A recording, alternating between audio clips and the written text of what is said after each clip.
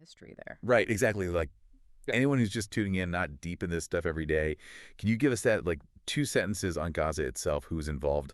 Remind us why every few years it's like, boom, headline news again. Sure. So think of Gaza like this. Yeah. It's tiny, right? Twice the size of DC, maybe, crammed in between Israel, Egypt, Mediterranean coast.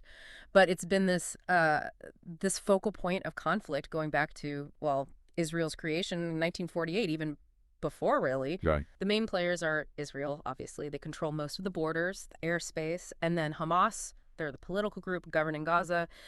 But their whole relationship, it's just cycles of violence for decades now, and it's the Palestinians stuck in the middle, always. And this Swiss Info article, they're saying dozens killed, but like, Mm.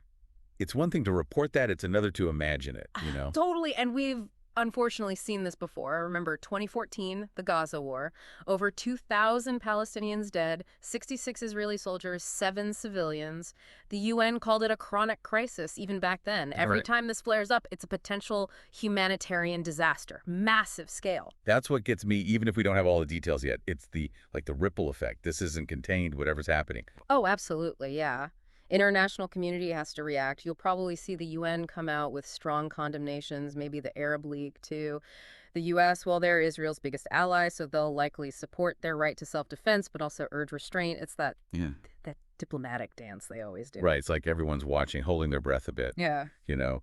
What are you looking at specifically in the next few days that'll tell us if this is going to get even worse? It's all about the next 48 hours, really. How extensive is this Israeli operation? What's Hamas's response going to be?